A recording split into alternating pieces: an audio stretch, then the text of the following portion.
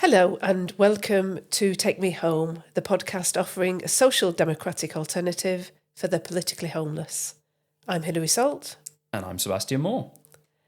And today we are joined by Claire Fox, Baroness Fox of Buckley, the director of the Academy of Ideas, who run the fantastic annual Battle of Ideas Festival.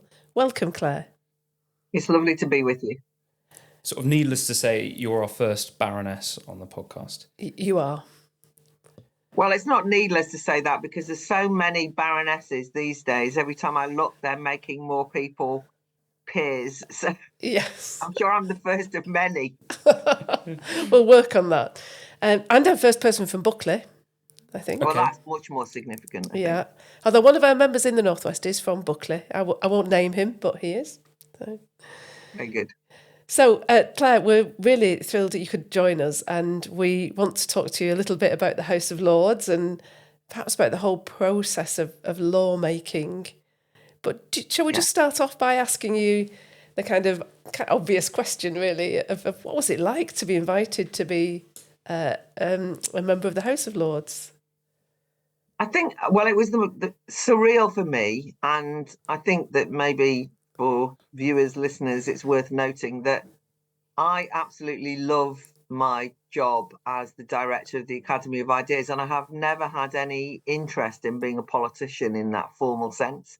I've been involved in politics all my adult life, but grassroots, rank and file, Academy of Ideas style work, putting on public events, campaigning, trade unionism, all sorts of things. But what I'd never, ever, ever aspired to be was in a parliament. So the first thing that was weird was that I'd stood as a Brexit Party candidate in 2019, and I was very reluctant to do that when I was first asked by the Brexit Party, by Richard Tyson, Nigel Farage. I said absolutely no way. I on the one hand, I didn't feel politically at home with that tradition, but I also just didn't want to be in a European Parliament. Just didn't want to do it. But I emphasise that point because I then got persuaded, not by them, but by circumstances, that unless we fought for Brexit, it was going to be sold out. And eventually I thought, well, I've got to put my money where my mouth is. And I stood. And so I spent 7 months as an elected politician in the European Parliament, a parliament I wanted to abolish and still do want to abolish, but certainly wanted us to get out of as the UK because we'd voted for it. At the end of my time there, I got a phone call, which I assumed was somebody, doing one of those setups for the radio saying, we'd like to offer you hello, it's somebody here from number 10, some nameless person. I never to this minute know who it was, just didn't catch the name. We'd like to offer you a peerage. And the most significant things were that they said, we know that you want to abolish the House of Lords. That's fine with us. We know you'll say no, but we want you to listen. And then they gave me reasons why I should do it. And I said, no, this is ridiculous and all the rest of it. And then they said, you've got 2 weeks to decide. Blimey. And I decided to do it.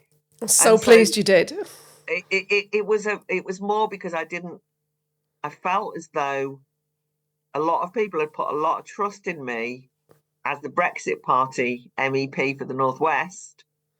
And whereas I wanted to go back to being the Academy of Ideas, they didn't want that. They wanted somehow it to continue in some way. And I felt, therefore, despite my reservations about the anti-democratic nature of the House of Lords, that maybe I could use it as a platform for those voters, let alone the issues around free speech, which I'm passionate about in relation to the Academy of Ideas. So for somebody that didn't want to ever be a parliamentarian, you found yourself being a member of the European Parliament and now a member of the House of Lords, both bodies that you want to abolish. Yes, exactly. Irony. But of course, it's very different being in a UK institution because maybe I thought, and I confess to you, and I don't often admit this, that I thought, I'll go in the House of Lords and I'll make these speeches and I'll use it as a platform. but I don't think I really understood what the House of Lords did. I associated it with being anti-democratic and blocking, for example, the Brexit vote. I associated it with the great and the good, unelected. Who the hell do they think they are? But I didn't really know what the job was. And I was shocked because I've never thought about how laws are made. And even though I was arguing when I was a Brexiteer that lawmaking had to be brought home to the UK, I then realized that, oh my God, now I'm a lawmaker. And I realized that possibly I should not be quite as glib about it as I had been, that actually now I had to take some responsibility for the laws that are made in this country, because I had this role as a legislator. And it was a very steep learning curve. And even now it still is, because actually lawmaking is very complicated and not as democratic as one would want it to be by any stretch of the imagination. But it's certainly not something you can just go in and posture around, or rather, too many people do. But that's not what I believe it should be. So I've ended up having to take the job much more seriously than I had previously thought I would. And can you give us a bit of an idea as to what the role of the Lords is in lawmaking? I know you probably can't describe a typical week because they're probably all very different, but what are the kind of things that you need to do to make law effective? So a bill goes through a variety of stages at the House of Commons.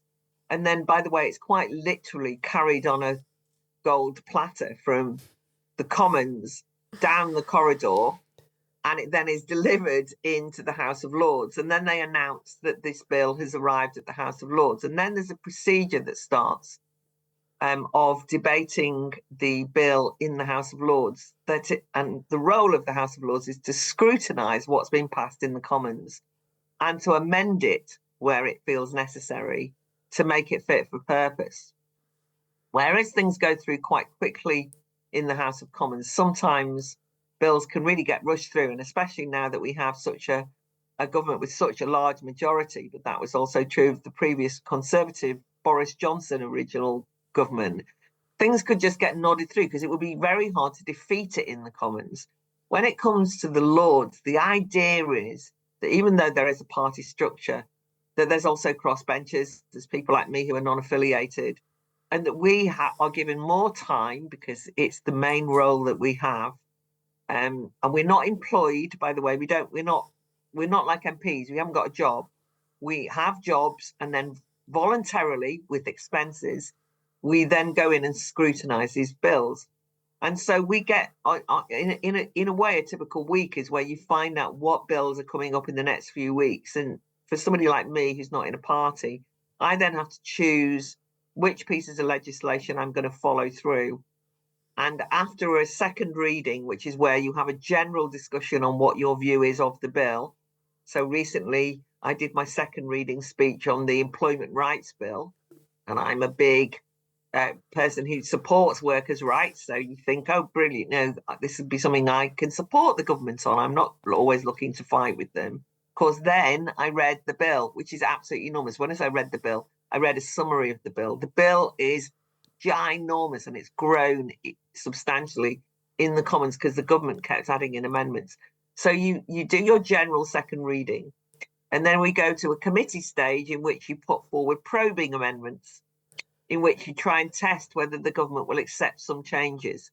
And I will be putting in a number and put my name to a number of amendments at that stage, but there'll be hundreds of amendments. It'll take weeks. And then finally, it's report stage, at which time you put forward amendments that you could, or you threaten the government that you'll bring to a vote.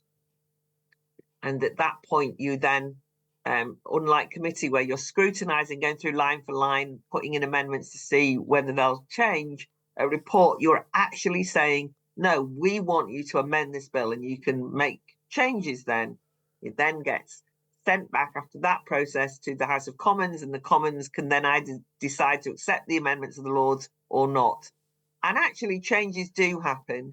This is where it's a bit anti-democratic. Often the government of the day, because they don't want a kerfuffle, accept Lords amendments and do a version of that Lords amendment in the Lords, and change the original bill, and nobody in the Commons even notices that's happening. So there are changes that are brought to effect by the Lords. I personally think that's wrong, because I think that this should be all democratically accountable to the British voters. And if it happens at the Lords, they're not. But anyway, that's more or less what happens. So the role is to scrutinise, sometimes just to create debate, because you're raising issues like my second reading speech of the Employment Rights Bill, and I won't go on any further than this, was to say, but are the trade unions fit for purpose at the moment? You know, they're selling out the Darlington nurses. They threw Kathleen Stock under the bus in relation to UCU. You know, where's Unison when you're a health worker who's being done over for a freedom of speech breach, for example? They're nowhere to be seen. I also said that the reason we had a free speech union was precisely because of a negligence in that direction. The thing that's really funny, and I said, everyone on the Labour benches were up in high dudgeon at my comments, right? They didn't like it at all. But then I realised, oh my God, 3 of them are TUC general directors general of the secretaries. TUC. Yeah. Then you've got, the 2 former heads of the National Education Union, a couple of UCU leaders. You think, Unite heads, all these, and you think, oh my God, the bureaucrats are right. Yeah. So they like to pretend they represent the workers, right? And some of them formally do or did, but actually they're the leading lights of the trade union bureaucracy, which more often than not will have sold out their own members in a variety of ways, even though some of them will have done very well at representing their members. So it's a funny old place, because you're not bumping into rank and file workers when you're having these debates. Let's put it that way. So I've got a question, and this is just making the most of having you here, because this is something that I cannot understand, and I've looked online to try and figure it out. What is the difference between a non-affiliated member of the House of Lords and a crossbencher? It's actually a good question. It was assumed that when I went in, or I assumed that I'd be a crossbencher. It has to be said that although I was offered the peerage by the number 10 under Boris Johnson, they were under no illusions that I was going to ever sign up to be a Conservative. So that was never happening. And myself and Kate Hoey and Gisela Stewart, who were kind of considered to be kind of vaguely on the left Brexiteers, they wanted to kind of acknowledge the red wall voters of the 2016-2019 period. And so I think we all thought we'd just join the crossbench. But because we'd all been in different parties, there was a period where we had to kind of not be in anything, because crossbench, you can only join straight away if you've not been in a political party. And Kate and Gisela had been in the Labour Party, and I had this bit of a Brexit Party moment. During the months, I think there's a 6-month gap, the crossbench actually then have to invite you to join them. And I think it didn't take 6 months. It took about 6 minutes or 6 days before the crossbench realised that they might not be inviting me at all. But also the crossbench, which is traditionally just people who are not affiliated to a party, have become a bit like a block. They don't have a whip system, but they are the great and the good. It's where all the law lords are. It's where all the kind of the former heads of charities also. And to be honest with you, Kay Hoey and I in particular just looked at each other and thought, we're not going to feel at home there. We don't like it. So they're what we might call the liberal elite. Yes. God, can you imagine? It's like, and they really are. And the head of the crossbenches kind of had a word with me, and he sort of, which we both mutually agreed this wasn't really a plan. Let's put it that way. Okay. They don't want people like me. And so non-affiliated are just simply people who are not in the crossbench but are not in a party. And actually there's people like Ian Austin, who was left the Labour Party over anti-Semitism. There's all sorts of there are people who've been kicked out of parties for doing something discreditable. And so it's a bit of an odds and sods, but we now actually do all kind of sort of form a bit of a group. And by the way, the Greens, there's 2 Green peers, they're non-affiliated. There's 2 Plaid Cymru peers, they're non-affiliated. So there is kind of a group of us. So just going back to the idea of the Lords as a scrutinising chamber, and it feels a bit inefficient. So the way you might imagine that you would develop law is that the government would have a draft, take a lot of advice, come up with a draft that works, and then send that to the Lords. And it sounds from what you've said that a lot of that kind of preliminary work isn't done. I have to say, my experience of looking at pensions legislation, which admittedly is a very technical area, is that often first drafts of bills are really quite poor. Why is that? Why is it that we don't seem to have those kind of skills at good drafting? Well, I think there's two things to be said about it. I mean, don't want to sound like a stuck record, but I do think that all those many years in the European Parliament did not help develop the skills of a civil service who know how to draft laws. I mean, if you actually talk to any organisation, they tell you that effectively they always had EU officers. All their legal framework was developed in the European Union. And what they had was they employed staff to interpret EU law and how it would apply to the UK.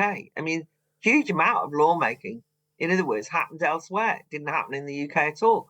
It might then have been adapted. And so if you don't practice a skill, you lose it, don't you? So I think we lost the skill of drafting laws. That's the first thing. And we certainly lost the skill of being accountable for those laws, because they then became unscrutinized laws very often, because they were just drafted into UK or kind of shoehorned in a way.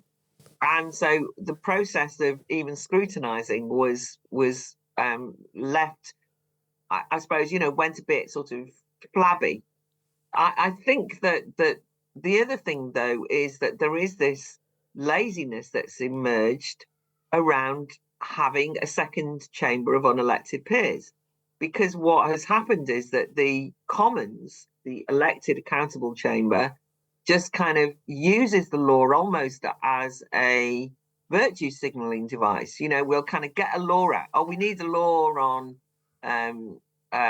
we've got to clamp down on knife crime. So we'll ban Amazon selling knives. So we'll kind of whip up a quick law. It'll get the headlines. Nobody reads it too carefully. And then it kind of will trundle its way through before it becomes law and end up as law. And that's a very limited law.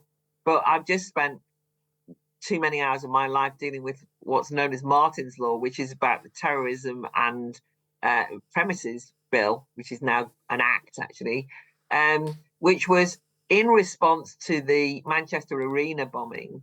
Of all the things that they've made a law on, they did it on how we can get every premises in the country to have better security, as though the problem with the Manchester Arena bomb was the security, when of course the problem is that we have this absolute plague of radicalized Islamist people who are prepared to go and bomb a concert, right? And they sort of took the most, but they wanted a headline. And the mother of one of the victims of the Manchester Arena, a lad called Martin, who was killed, the mother wanted something in his memory. She campaigned for this law. Governments, Tories and then Labour, want a headline saying they're doing everything to fight terrorism. They think about victims and then they develop a law. It's a really badly worded law. It's like, by the way, it's going to have a terrible impact on all sorts of premises, and they've got bureaucratic regulatory nonsense to get through, and not a person will be kept safe. But the minister kept saying, this law will save lives. So the reason I'm saying that is because these laws are drafted very often for all the wrong kind of box ticking reasons, to keep the public happy. And then they just think, oh, if it's badly worded, it's all right, the Lords will sort it out. And that then lets the drafters of the law and the elected politicians off the hook. So I agree with you, Hilary. The best laws have had quite a lot of time and energy gone into making them brilliant before they arrive at the Lords. And the idea should be that the Lords are simply reading them to say, have you thought of the unintended consequence of this? Have you thought of this? The only final thing to say is that because of that situation, it's allowed the Lords to be become like an opposition party to the elected Commons. So very often, and most recently, notoriously, was the Rwanda legislation. I was never a fan of the Rwanda legislation, but at least did understand the intent behind it, the Tories' intent. Again, it was badly drafted, by the way, piece of legislation. But the Lords didn't just criticise or scrutinise that bill from the point of view of its badly drafted nature and unintended consequences, but actually as a bloc, largely, opposed it politically because they do not understand what the fuss is about in relation to people turning up on the small boats. They don't understand the popular concerns about the borders not being protected. They don't sympathise with those people who worry about people arriving without their papers, the security implications, let alone all of the other issues around migration that we're familiar with. They didn't understand that because as far as they were concerned, in their heads, because of the House of Lords and the Great and the Good, we welcome all asylum seekers and migrants. And there's loads and loads of lawyers in the House of Lords. So you get bored of them standing up citing, human rights law, citing the Convention on Asylum and so on. They know every single international piece of legislative break that could be used on a UK lawmaking process, and they deploy that to stop even the elected Commons doing what it should be doing. I heard somebody use the phrase that the baristocracy the other day. Oh, very good. It's good, isn't it? Yeah.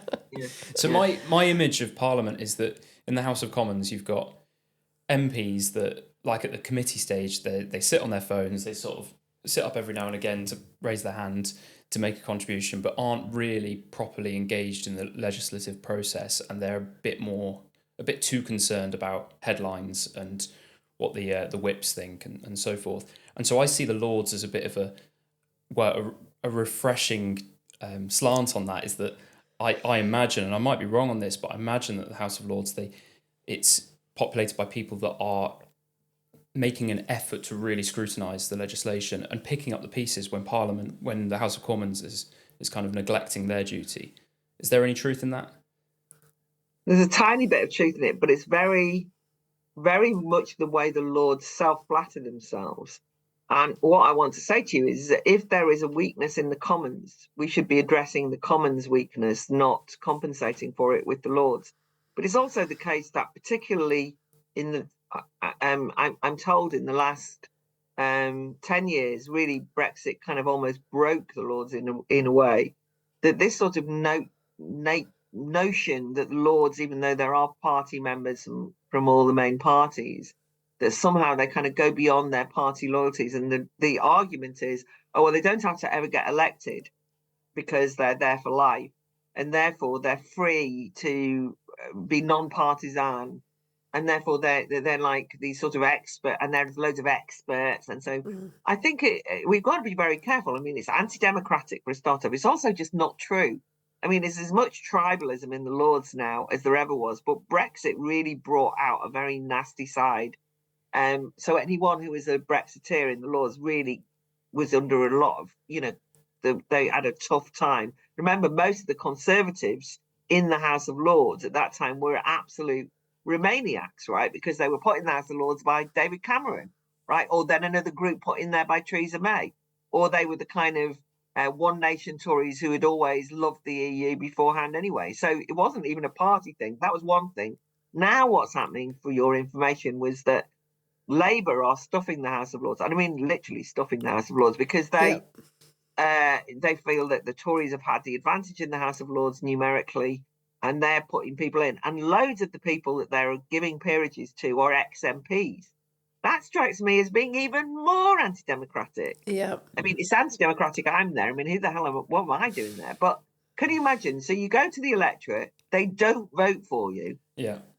They make a decision. I'm not voting for you. But it doesn't matter, because you're going to be in the House of Lords being a legislator up the corridor next week. Yeah. That seems to be absolutely scandalous. So I think when you say the MPs are all on their phones and checking their messages, I mean, I don't know that that's fair of a lot of MPs, by the way. It's true of some, it's not true of others. But the process in the Commons is such that time is not given to scrutinise bills. Very often, committee stage is very short. We've noted one long committee stage recently, which is around the assisted dying bill, where the committee has kind of been stuffed with people.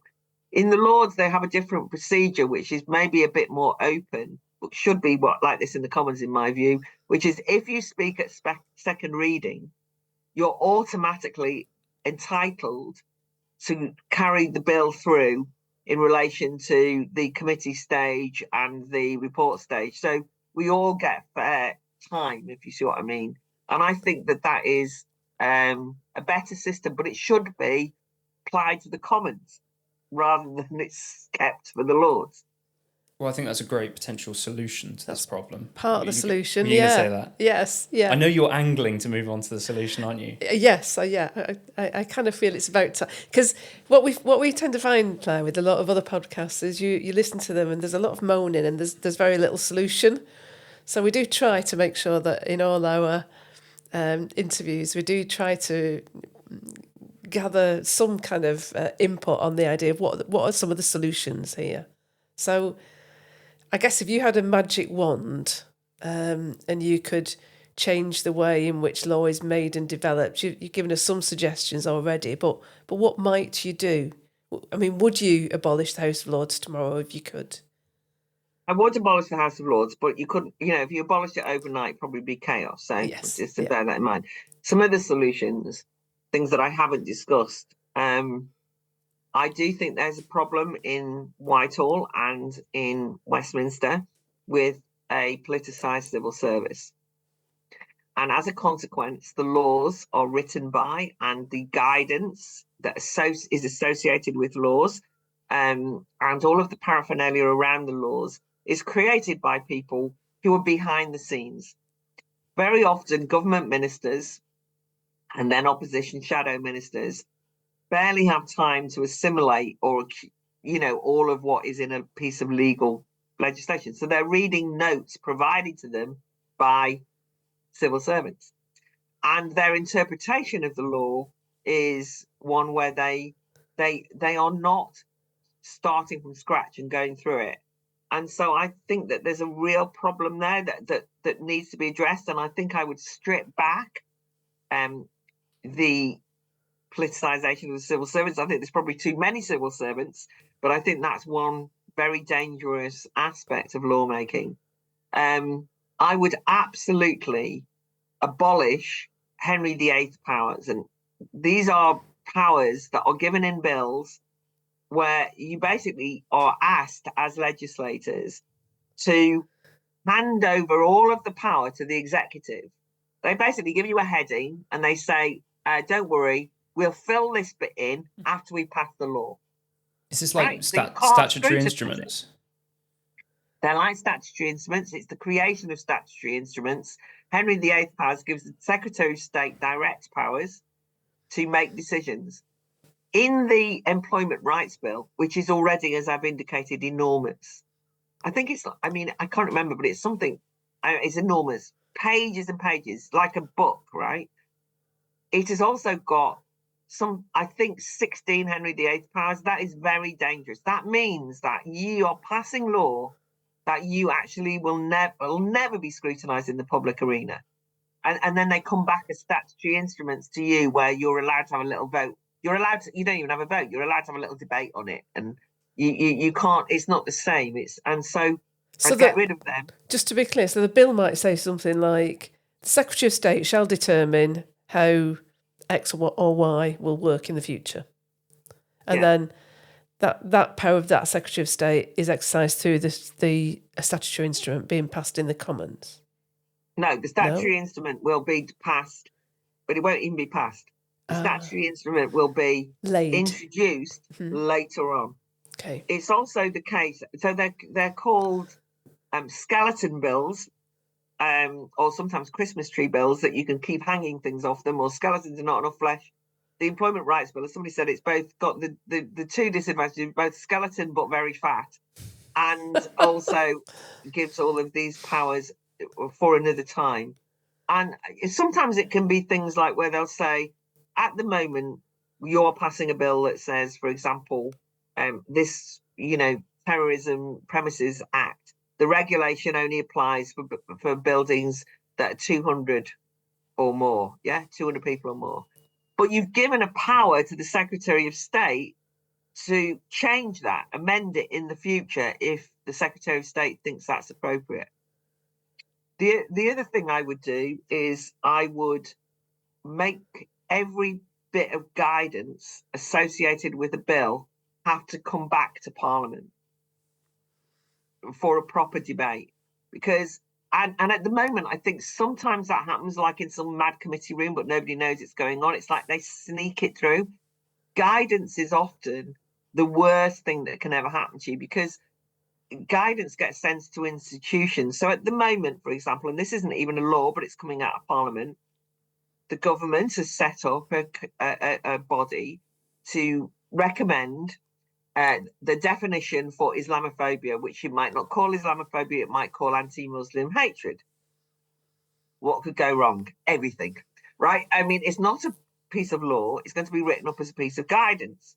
That will get sent out to every single institution. So you're sitting there as a university administrator and HR, you're not thinking about all this stuff, and you get a piece of guidance off the government. You don't think it's not a law. Think about what it was like under lockdown when you get the difference between a law and guidance that nobody ever knew. And you then think, oh my God, we've got to do things now. So they think, oh, we've never celebrated Eid. We better celebrate Eid all the time.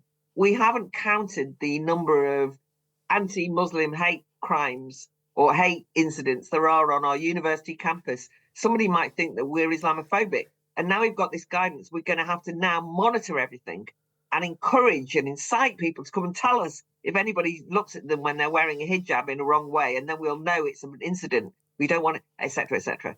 But these guidance things happen all the time. And I think that one of my solutions would be that guidance needs to be in the public domain, not just in Parliament, in the public domain, before it is introduced into institutions. And so that's another thing. So, as it were, cut back on the civil service and certainly get rid of politicisation. And my third thing is, very often you will hear governments tell you that they have consulted about a piece of legislation. So what they always say when I stand up and say I disagree with this, and they say this bill has gone out for mass consultation, Baroness Fox of Buckley, and you are flouting the wishes of stakeholders and the public who have fed in. And the problem is that those consultations involve usually organisations that very often are quangos or NGOs or charities, often organisations that the government fund. And so when they're citing them, they're actually citing themselves, but 2 steps removed.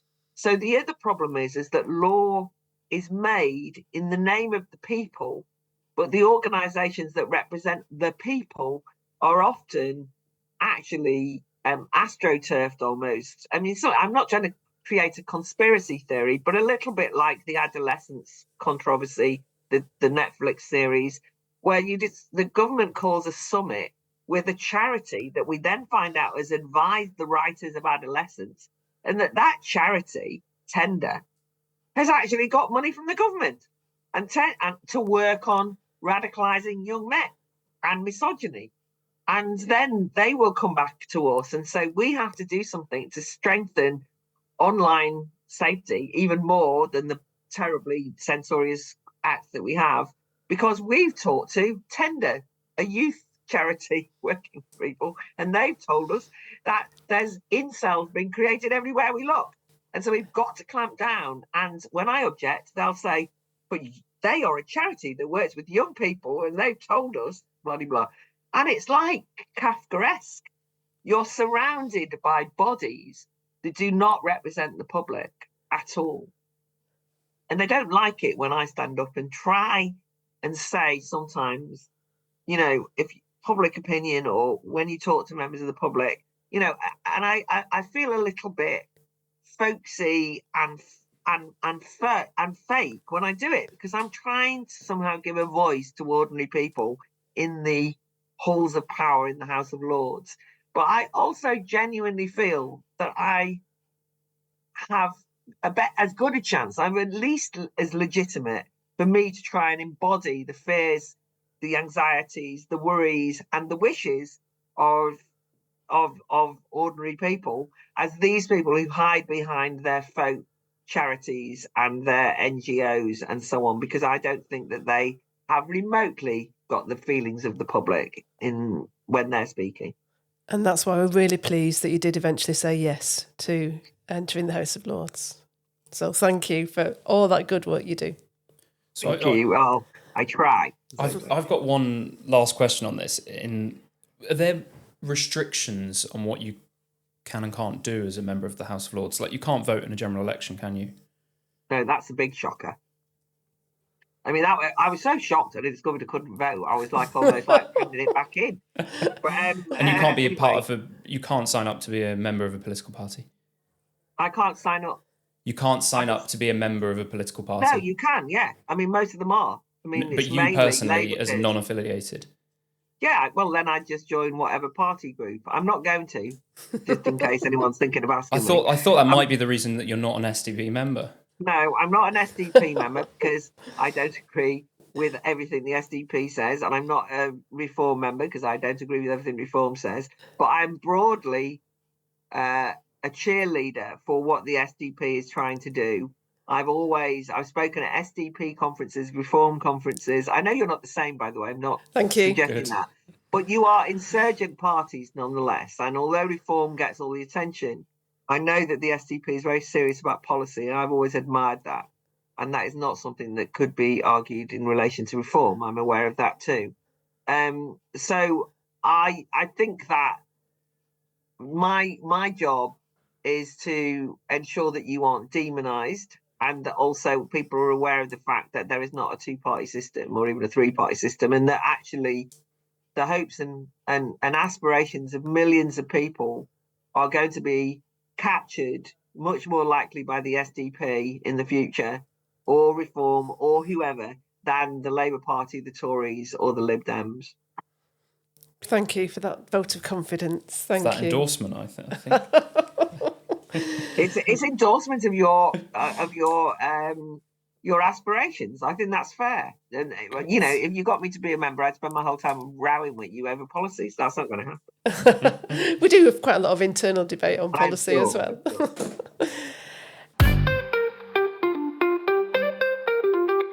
So, shall we give Claire a little rest, and I will bring my item to Culture Club first. Yes, I'm not actually sure what you're doing for Culture Club. Oh no, I am. Yes. Yes. I want to talk about Crown Green Bowls. I have my first match of the season tomorrow for the Jubilee Ladies Club at my local park. And is this like Northwest Premier Division? Or? This is Cheshire League, actually. Cheshire League, okay. Yes, yeah. Do you know how many people play Crown Green Bowls in the UK? 10,000. About 269,000. Wow. Yeah. Wow. Yeah, loads and loads of people play. There are about 2,000 clubs, about 100,000 affiliated members of the leagues, and about 269,000 players. Average age 43. I did look up on British Bowls, yeah, which is younger than I thought. 43. Yes, exactly. Wow. Okay, that is surprising. So there are quite a lot of young so I could players. You could absolutely, yes, exactly.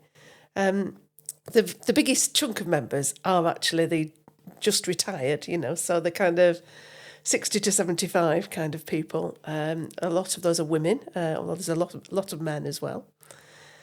And it is, obviously it's a non-contact sport. It gets people out, it gets people down the local park, gets people involved in their communities. So hooray for all that. So that's all good stuff. There are a few challenges. So people might have seen in the news there's been quite a few local councils who are making cuts in funding, who are no longer supporting their Crown Green bowling greens in the parks.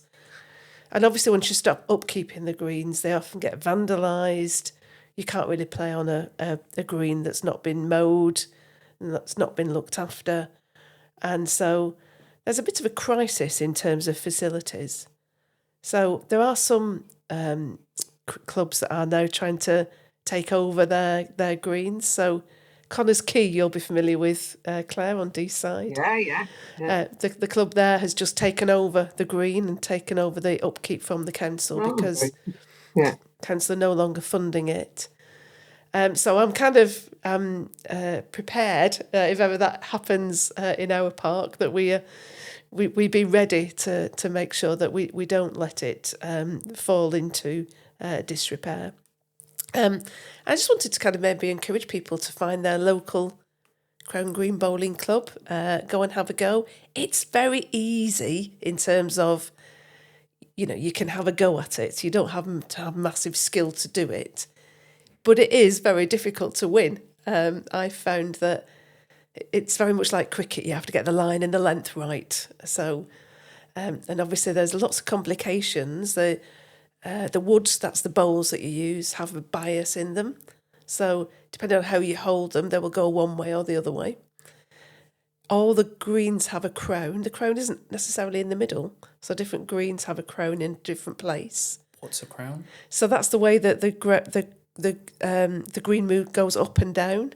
Okay. So it has kind of, it's small, but it's a small hump on the green, and that can be in any place. So you have to learn different greens. You have to learn to read the green, and so in terms of developing your skills, there's certainly a long way for me to go. But you can just enjoy it without being a professional on day one. Okay, well, we spoke with William Clouston on Take Me Home a few weeks back. Yes. And we mooted the idea of a Lido in every village and every town. We did. So maybe the SDP Britain will have a Crown Green Bowls green. Yes. Is that right? Yes, that's right. And a Lido in every town in the country. Yes. I did hear from a friend who speaks Italian. Don't you speak Italian? I do, yeah. That it is Lido. Well, it is Lido if you're speaking Italian. Okay. But you have to anglicise words when you translate them. So I would say Lido. Okay. Well, we'll continue that controversy. Yeah. The how you pronounce it. So Claire, did you have something to bring to Culture Club? A couple of quick things. I've just finished reading a novel called Girl by Edna O'Brien, and I love Edna O'Brien. She's an Irish writer. This is quite a harrowing book. It's pretty difficult, but it's beautifully written. It's based on the kidnapping of schoolgirls by Boko Haram in Nigeria, if you remember those terrible stories. Yes. And it's the story of one of the schoolgirls who is kidnapped. She did a lot of research. Mariam is the central character. And I suppose it's, on the one hand, the heartbreaking story of what's happened in countries where Islamist barbarism has taken a hold, the terrible attitude to young women, that we're familiar with, that parts of that radical Islamist outlook can engender, and things like that can happen in war, but then it's added to by this particularly backward attitude to women as just chattels, sex objects, and so on. And so it's really grim. I mean, people who say, watch adolescence to understand, you think, no, read Girl, Anyway, and of course, it's a reminder of things that happen around the world where you just kind of see them on the news, but you don't know the detail. And all it's a work of fiction. So just like adolescence, I'm not trying to say it's a policy document. I'm just saying it gave me some insight as to what a young woman might go through in those circumstances. Is really, really brilliantly conceived of. And actually, she has a baby and she's forced to marry one of the Islamist fighters. And even though you, at this stage, hate all of that whole thing, you then realise that he's actually only signed up because they were threatening to kill his mother and to do the same to his mother. So the tragedy of it all is too much. That nice and cheerful, but it is brilliant. And I made a decision, by the way, because I spend so much time reading bloody laws, and this is Yes. so boring and policy stuff. And I also have to read a lot for my job at the Academy of Ideas, because when I'm thinking about the programme for the Battle of Ideas, which I hope every SDP member and supporter and voter comes to this year, October the 18th and 19th, but that's one side. I'm thinking all the time about contemporary worlds, and I made a decision that I was going to read more fiction, because I used to originally voraciously read fiction all the time. I didn't intend to read a book that was then going to remind me of the real world in quite such a vivid way, but there we go. And the other thing I just wanted to mention, because I'm a bit late to the table on this, but I think actually SDP people, you might all be watching it, which is the series Yellowstone. And Yellowstone is a series on Netflix. It's based in America, and it's about ranchers. And it's very, when you watch it, you'll understand, but it's very much like the importance of home and family and all the rest of it. It's an entirely romanticized version of the idea that the ranchers, the cowboys, are now the new Indians in the sense that they're the victims of progress and modernity trying to come down upon them. It's set in Montana, but it's such brilliant acting. And it's also very, we're all trying to understand what's happening in contemporary America. We're trying to understand the kind of people who might be supporters of Trump. And I'm sure SDP, certainly I think of flyover states and all the rest of it, and car workers or unemployed. But this is like the cowboy version, this kind of world that you never knew existed. Well worth a look. It's an absolute cult hit in America, and there's 5 seasons. We'll see, and I think there's spin-off seasons, and I'm on near the end of season 3. But Kevin Costner's the main character, the main rancher, and he is to die for in the way he embodies something of the American dream in a romance, like brutal, anti-progress, so everything I disagree with, because I'm very pro-progress. I'm also not into necessarily homegrown, everything should be grown by us and natural and all the rest of it. It drives me mad. That's not me at all. One reason I won't join the SDP. But nonetheless, I really got a lot of sympathy for that outlook by watching this series. Sounds like an Oklahoma for the 2020s. Yeah. Great. Well, we'll put the details of that in the show notes. Thanks so much for joining us, Claire. It's been a fantastic episode, and I'm sure people will learn loads from it in terms of the Lords. Can people already get tickets for the Battle of Ideas Festival? Of course, and the early birds are out. And I know the SDP come and have a stall now every year, and I think actually recruit quite a few bits of interest. So I hope that we'll see you there again. I think this year, it's easy to say this year more than ever, but my God, trying to work out to understand what's happening in the world. We're in that period where, when you're like at school and you read the history books where it says pre-war, into war, or, everything changed. We know that we're the bit where everything is going to be completely different in 10 years' time. Yeah. But we don't know what it looks like yet. Yes. And we don't just want to be victims of it. I personally, I'm sure you at the SDP, want to shape it. Yeah. Because everything's in flux. It could go in any different direction. So now is our chance to be history makers.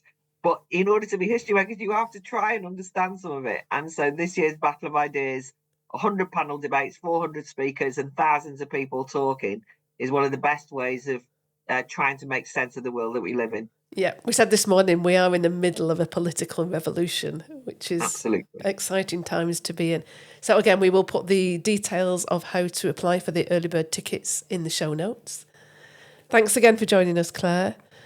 Please, as always, do like, subscribe and follow the show and recommend it to your friends.